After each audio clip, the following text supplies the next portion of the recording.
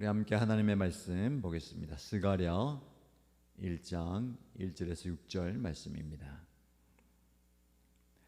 오늘 저와 여러분들이 함께 묵상할 말씀은 구약성경 스가랴 1장 1절에서 6절까지 말씀입니다. 같이 읽겠습니다.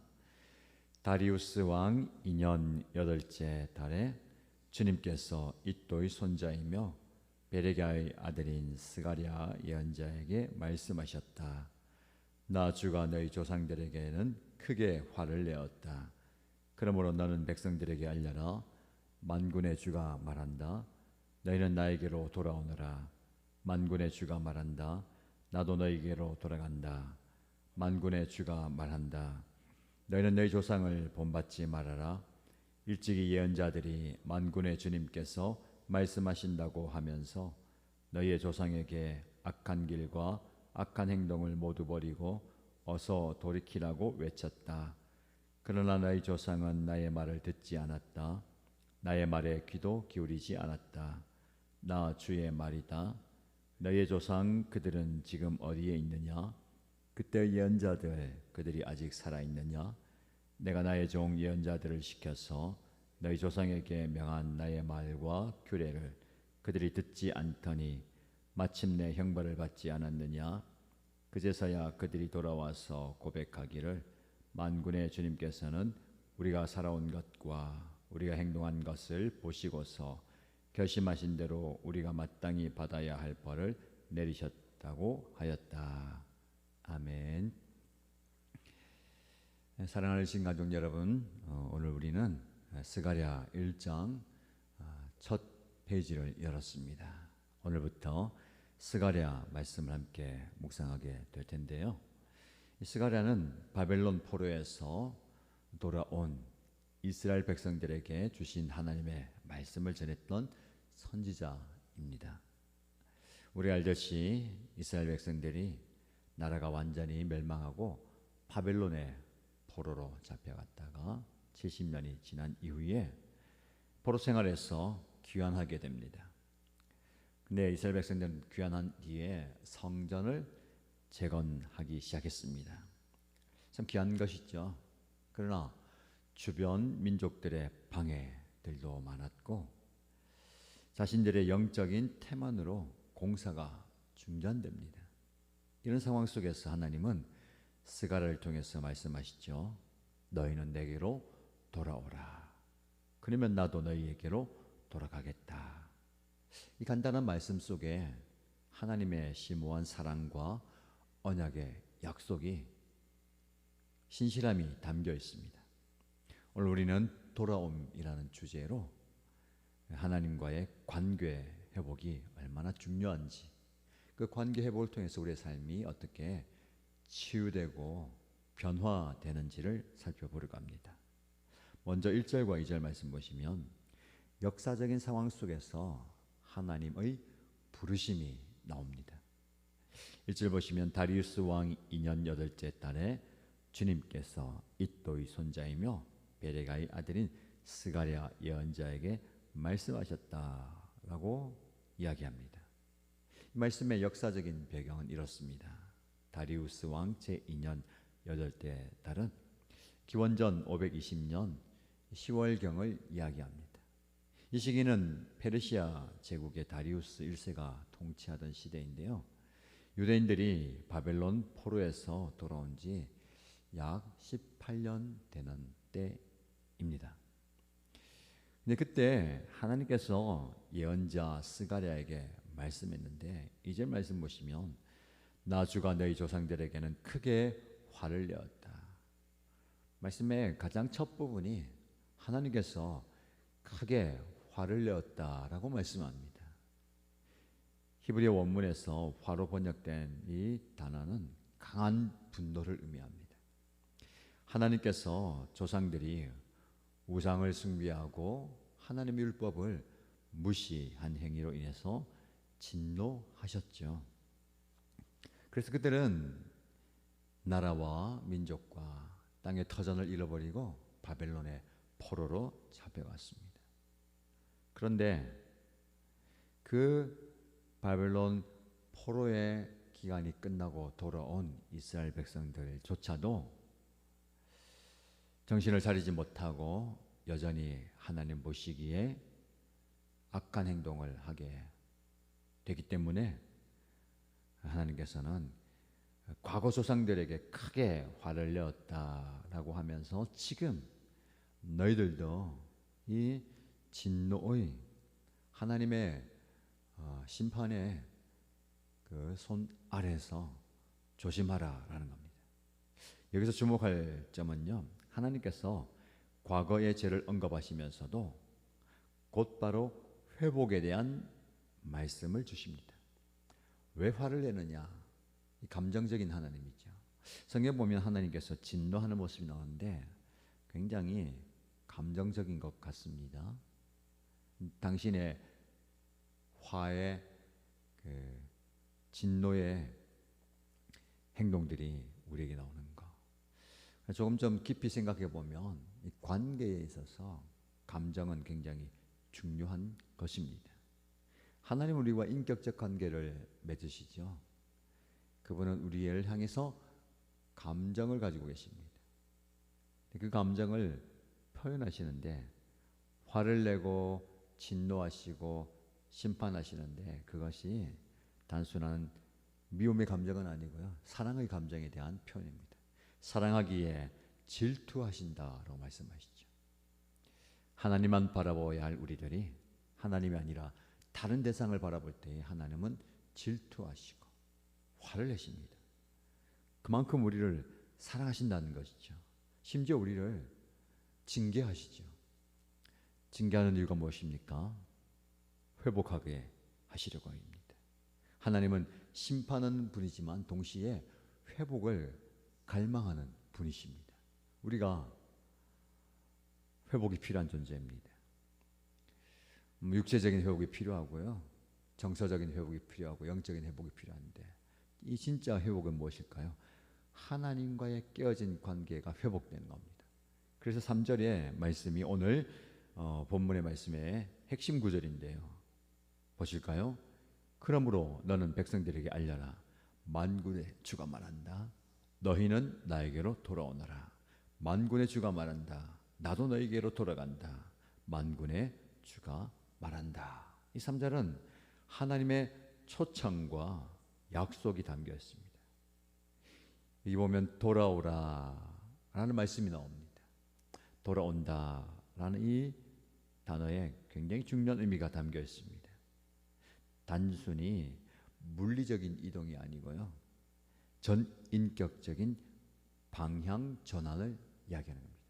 우리 인생에 있어서, 신앙생활에 있어서 방향이 굉장히 중요합니다. 우리가 서 있다라는 것은요, 내가 어디를 바라보고 있느냐입니다. 내가 몸을 돌려서 방향을 전환하잖아요. 그것은 바라봄의 대상이 달라지는 겁니다.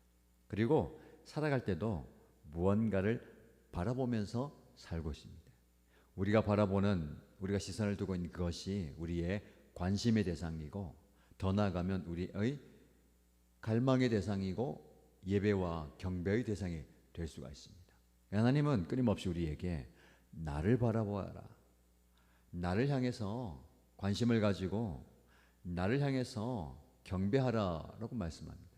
그래서 오늘 본문의 말씀 보니까 돌아오라, 너희는 나에게로 돌아오라. 왜 이 말씀 하실까요? 하나님을 등지고 다른 곳으로 가고 있기 때문에 그렇습니다. 너희가 나에게로 돌아오라. 방향을 전환하고 나를 바라보고 나에게 관심을 두고 나에게로 삶의 방향을 돌이키라 라고 말씀합니다. 때로는 저와 여러분들이 하나님이 아닌 다른 것에 관심을 두고 다른 데를 향할 때가 있습니다. 하나님께서 우리를 부르시죠. 너는 돌이켜서 나를 바라보아라. 재미있는 말씀은 나도 너희에게로 돌아간다라는 말씀입니다.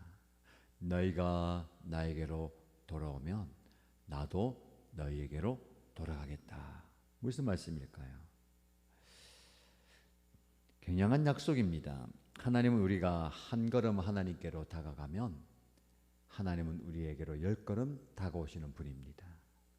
마치 탕자가 아버지의 전 재산을 허비하고 갈 곳이 없어서 굉장히 미안한 마음으로 가도 될까 하는 마음으로 아버지를 찾아오잖아요. 그때 아버지에게로 돌아오는 그 발걸음이 무거울 수도 있고 괴로울 수도 있고 부끄러울 수도 있습니다. 그런데 그때 아버지는 어떻게 합니까? 이미 동네 밖에 나와서 그 아들을 기다리고 있다가 한달음에 달려가서 그를 얼싸안고 눈물을 흘리면서 환영하잖아요. 환대하잖아요. 이게 하나님의 마음입니다. 하나님은 저와 여러분들의 돌이킴을 간절히 기다리고 계십니다. 하나님께로 돌아간다는 것은요, 우리의 우선순위를 다시 정립하는 것입니다. 하나님을 삶의 중심에 두고 매일의 결정과 선택에서 하나님의 뜻을 구하는 것입니다. 여러분이 하나님께로 돌아가기 위해서 내려야 할 결정은 무엇입니까? 용서를 구해야 할 관계가 있습니까? 포기해야 할 습관이나 시작해야 할 영적 훈련이 있습니까? 더 이상 미루지 말고 오늘 그 결단을 하시기를 축복합니다. 4절에서 6절 말씀 보시면 역사에서 배우는 교훈이 나오는데 하나님은 이스라엘 백성들에게 지나간 역사를 통해서 교훈을 얻으라라고 말씀합니다. 그들의 조상들은요, 이전 선지자들의 경고를 무시했습니다. 그 결과로 어떻게 되었습니까? 하나님의 심판을 받게 됩니다. 그래서 하나님께서 말씀하시죠. 너희의 조상 그들은 지금 어디에 있느냐? 나름대로 잘 살려고 발버둥치고 하나님의 말씀을 어기고 나갔던 그들 지금 어디에 있느냐? 무엇이 남아 있느냐라는 겁니다. 강력한 질문입니다. 너희의 조상은 지금 어디에 있느냐? 이 질문을 저와 여러분의 삶 속에 한번 해보면 좋겠습니다. 너가 선택했던, 내가 결정했던 그 삶의 결과는 지금 무엇이 남아 있느냐라는 겁니다.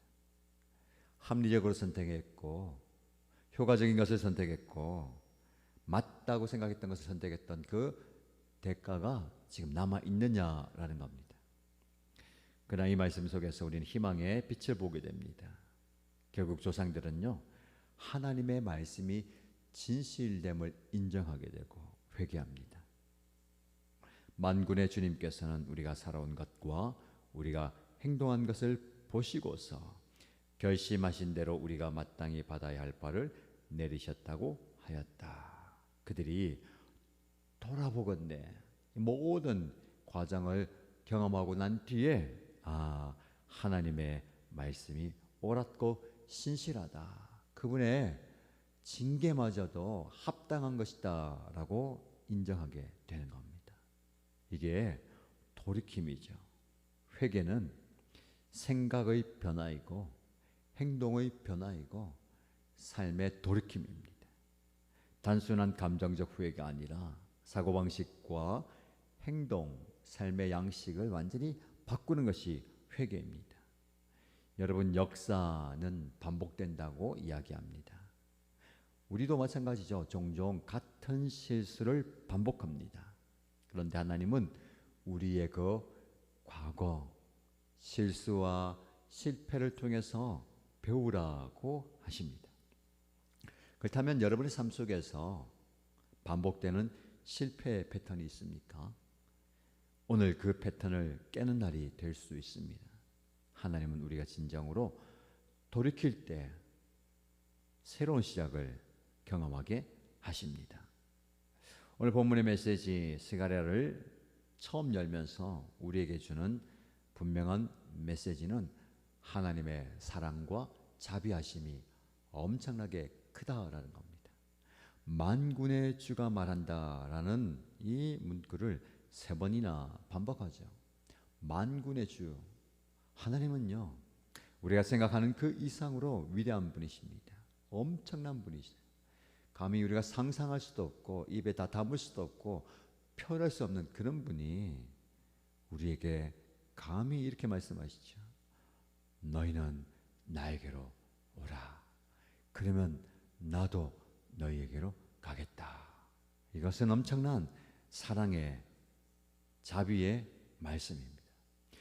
그 하나님이 나의 하나님이 되신 거죠. 나의 삶 속에 오시고 내 마음 속에 오시고 내 삶의 현장 가운데 오신다는 것은 얼마나 큰 축복인지 모릅니다. 하나님은 우리의 불순종에도 불구하고 끊임없이 이런 관계 회복을 제안하시죠. 돌아오면 돌아가리라. 오늘 저와 여러분 삶 속에서 하나님과의 그 관계 회복이 일어나면 좋겠습니다. 이런 관계의 핵심이 뭘까요? 여러분, 같이 한 공간에 같은 시간에 있다고 해서 관계가 깊어지는 게 아니에요. 인간관계도 마찬가지입니다. 어쩌면 같이 산다고, 같이 공동체에 속해 있다고 관계가 깊어지는 게 아니에요. 관계의 깊어짐은 소통에서부터 오는 겁니다. 마음을 주고받는 데서 오는 것이고 생각을 주고받는 것에서 오는 거예요. 여러분, 하나님과의 관계의 깊어짐이 있길 바랍니다. 하나님이 우리에게 당신의 생각과 마음을 주실 때에 그것을 내 마음에 담으시고 내 마음과 생각을 하나님께 올려드릴 때에 하나님께서 그것을 받으시면서 관계가 깊어지는 겁니다.